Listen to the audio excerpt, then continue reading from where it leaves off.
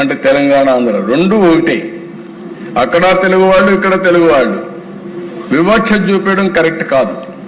కానీ చూపిస్తూ కూడా నేను ఒకటే మాట చెప్పా, ఇద్దరికీ న్యాయం చేయాలని చెప్పా.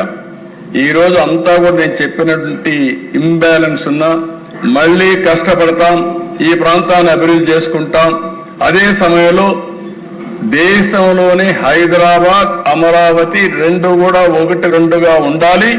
ఇద్దరు కలిసి ముందుకు పోవాలని నా ప్రగాఢమైనటువంటి సంకల్పం, ఆలోచన కూడా అధ్యక్ష. దానికోసమే ఇక్కడ ఒక చరిత్ర కూడా మీరు గుర్తుపెట్టుకోవాలి అధ్యక్ష.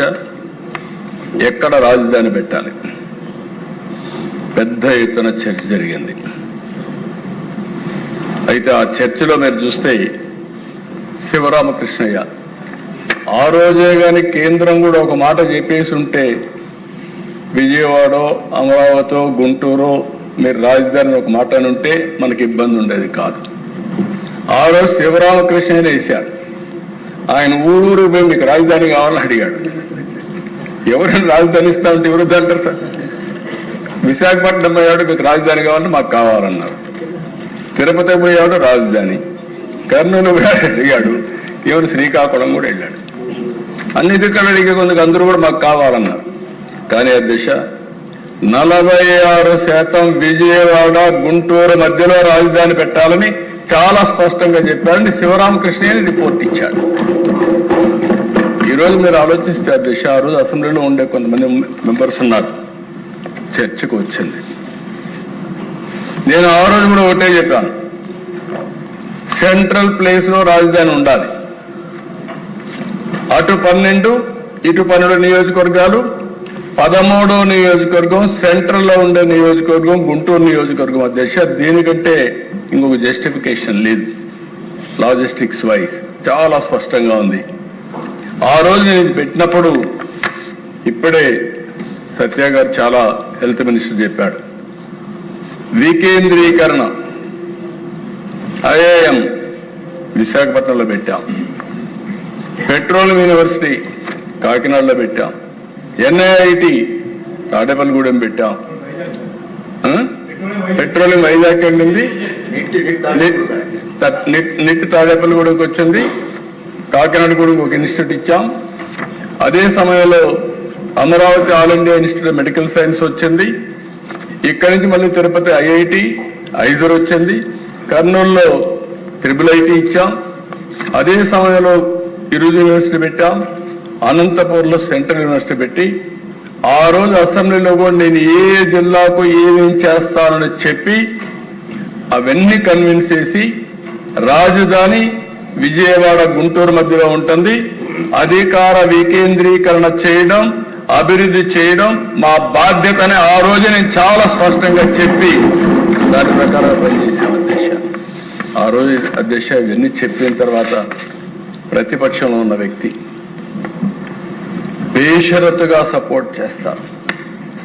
13 జిల్లాలు, చిన్న రాష్ట్రం, ఇబ్బంది పెట్టడం నాకు ఇష్టం లేదు కాబట్టి నేను ఒప్పుకుంటానని చెప్పాను. అదే మరిగా అధ్యక్ష ఇప్పుడే ఫైనాన్స్ మినిస్టర్ గారు చూపించారు, రోజుకు ఒక మాట, ఓసర వెళ్ళి రాజకీయాలు అంటే కనీసం టెక్నాలజీ వచ్చిన రోజుల్లో మనం చెప్పిన మాటని మళ్ళీ మారిస్తే ఏమనుకుంటారో కూడా లేకుండా 14-19 చెప్పిన తర్వాత ఎన్ని విన్యాసాలు వేయాలని అన్ని విన్యాసాలు వేశారు. రైతులు ఇక్కడ భూములు ఇస్తా ఉంటే ఈ విషయంలో ఒక్కసారి మనందరం గుర్తుపెట్టుకోవాల్సిన అవసరం ఉంది అధ్యక్ష. ఇక్కడ మనం గుర్తుపెట్టుకోవాల్సింది ఆ రోజుట్లో ఎక్కడ పెట్టాలని ఆలోచించినప్పుడు చాలా తర్జనభర్జన జరిగింది. నేను కూడా ఒక 100 ఎకరాల్లో ఒక దగ్గర పెట్టేయచ్చు, కానీ అది కాదు నా ఉద్దేశం. ఈరోజు తెలంగాణకు హైదరాబాద్ ఉంది, కర్ణాటకకు బెంగళూరు ఉంది, చెన్నైకి తమిళనాడుకి చెన్నై ఉంది. ఆ రాజధానుల వల్ల ఆ ప్రాంతంలో ఆర్థిక వనరులు సమకూరుతున్నాయి, ఉపాధి అవకాశాలు వస్తున్నాయి. ఇవన్నీ చూసిన తర్వాత తెలుగు వాళ్ళకు కూడా అన్యాయం జరగకూడదు, మనకంటూ ఒక రాజధాని కావాలని ఆలోచించినప్పుడు ఏ ప్రాంతంలో బాగుంటుంది, ఇక్కడ బాగుంటుందని ఆలోచించి ఒక డబ్బులు లేవు, పెట్టుబడులు పెట్టలేము. ఏం చేయాలని ఆలోచిస్తే అందరితో మాట్లాడి వచ్చిన ఆలోచన ల్యాండ్ పూలింగ్ ఆలోచన. ఎవరన్నా ఇస్తారంటే నారాయణ గారు ఇక్కడుండే ఎమ్మెల్యేలు అందరితో పుల్లారావు గారు అప్పుడు ఉన్నారు, అదే మరి మంత్రిగా ఉన్నాడు శ్రావణ్ కుమార్ అందరితో మాట్లాడితే ఇక్కడ రైతులకు వచ్చి చెప్తే దిశ నా జీవితంలో ఎప్పుడు మర్చిపోలేను. 4-5 మీటింగ్లు మాట్లాడిన తర్వాత 58 రోజుల్లో 34,400 ఎకరాలకు కన్సెంట్ ఇచ్చి 34,000 ఎకరాలు జీరో డిస్ప్యూట్, ఎక్కడా డిస్ప్యూట్ లేకుండా ల్యాండ్ ఇచ్చారు. అధ్యక్ష చాలా మందికి ఆశ్చర్యం వేసింది. ఇప్పటికి కూడా ప్రపంచంలో ఎక్కడా జరిగిందని నేను అనుకోను ఇప్పటికి కూడా. అయితే దానికి కారణం అధ్యక్ష హైదరాబాద్ లో ఎయిర్పోర్టు 5,000 ఎకరాలతో కట్టాం. అక్కడ కూడా ఏమి డిస్ప్యూట్ లేదు.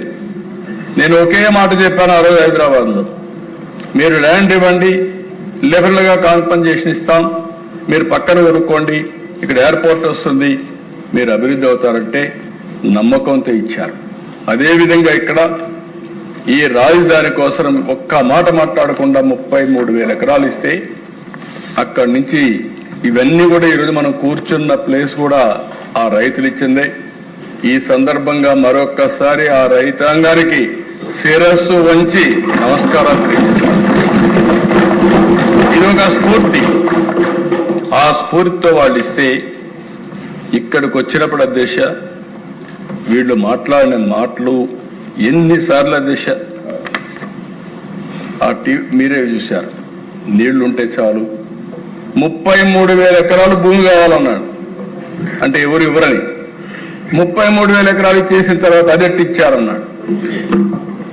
అక్కడి నుంచి మళ్ళీ విచిత్రమైన వ్యక్తి అధ్యక్ష కొంతమంది మాట్లాడారు. కానీ ఎలాంటి వ్యక్తి అంటే అలాంటి ఇక్కడ చెరుకు తోటల్లో ఆ రోజుల్లోనే అగ్గిపెట్టే పరిస్థితి వచ్చారు, నిప్పు పెట్టే పరిస్థితికి వచ్చారు. వరల్డ్ బ్యాంక్ లెటర్ల మీద లెటర్లు రాశారు, డబ్బులు ఇవ్వద్దని, సహకరించద్దని. అంటే ఎన్ని విధ్వంసాలు చేయాలనో అన్ని విధ్వంసాలు చేసే పరిస్థితికి వచ్చారు. కానీ ఆ రోజు కూడా దిశ నాకు ఒకసారి అనిపిస్తుంది, ఈ ప్రాంతంలో రాజధాని పెట్టాలన్నప్పుడు ప్రధానమంత్రి గారు వస్తారన్నప్పుడు ప్రతి గ్రామంలో దేవాలయాల్లో పూజలు చేసి అక్కడ పవిత్రమైన మట్టిని పవిత్రమైన జలాల్ని పూజ చేసి దేవాలయాల్లో మసీదుల్లో లేకపోతే చర్చల్లో అన్ని ప్రాంతాల్లో స్వర్ణ దేవాలయాలు కూడా పూజలు చేసి ఆ పవిత్రమైన మట్టిని నీళ్లని ఇక్కడ తీసుకొచ్చి ఈ ప్రాంతాన్ని పునీతం చేశాం. ప్రధానమంత్రి గారు కూడా ఆ రోజు ఇప్పుడు కూడా జ్ఞాపకం దిశ ఆయన చెప్పిన మాట, నేను ఈరోజు ఏదైతే పక్కనుండే రివర్ యమునా నదీ తీరానుండే పవిత్రమైన జలాల్ని అదే మరి పార్లమెంటు దగ్గరుండే మట్టిని తీసుకొస్తున్నా. ఇది పార్లమెంటు దగ్గర మట్టిని తీసుకొచ్చారంటే పార్లమెంటు సాక్షిగా అమరావతిని అభివృద్ధి చేసే బాధ్యత పార్లమెంట్ తీసుకుంటుంది, కేంద్ర ప్రభుత్వం తీసుకుంటుందని ఆ రోజే ప్రధానమంత్రి గారు చెప్పారు. అదే భరోసా అని చెప్పి కూడా నేను మీకు తెలియజేస్తున్నాను అధ్యక్ష. అలాంటిది ఈరోజు మనం చూస్తే అధ్యక్ష ఇన్ని జరిగితే 2000 ఈ ప్రాంతంలో మనం చూసినప్పుడు రైతులు ఇచ్చింది కేవలం భూములు కాదు అధ్యక్ష, 5 కోట్ల ప్రజలకు భవిష్యత్ ఇచ్చారు అధ్యక్ష. ప్రోగ్రెస్ లో పార్ట్నర్స్ అయ్యారు అధ్యక్ష. 217 చదరపు కిలోమీటర్ పరిధిలో రాజధాని నగరం, 16.9 చదరపు కిలోమీటర్ పరిధిలో కోర్ క్యాపిటల్. ఏపీసీఆర్డీఏ చట్టం 2014-30 అమలు చేశాం. ఇంకొక పక్కన మీరు ఒకసారి చూస్తే అధ్యక్ష ఆ రోజు చెప్పాను, ఈ రోజు చెప్తున్నా, అమరావతి ఇది సెల్ఫ్ సస్టైనబుల్ ప్రాజెక్ట్. ఈ ప్రాజెక్ట్ కి రాష్ట్రంలో ఎక్కడా ఒకప్పుడు హైదరాబాద్ లో ప్రైవేట్ భూమి ఉంది, కానీ గవర్నమెంట్ భూమి ఉండేది. గవర్నమెంట్ భూమి తీసుకొని డెవలప్ చేశాం. దానివల్ల ప్రైవేట్ భూములు కూడా విలువ పెరిగింది, ముందుకు పోయే పరిస్థితికి వచ్చారు. ఇక్కడికి వస్తాను అధ్యక్ష, ఇక్కడ భూమి లేదు కాబట్టి రైతుల ముందుకు వచ్చారు.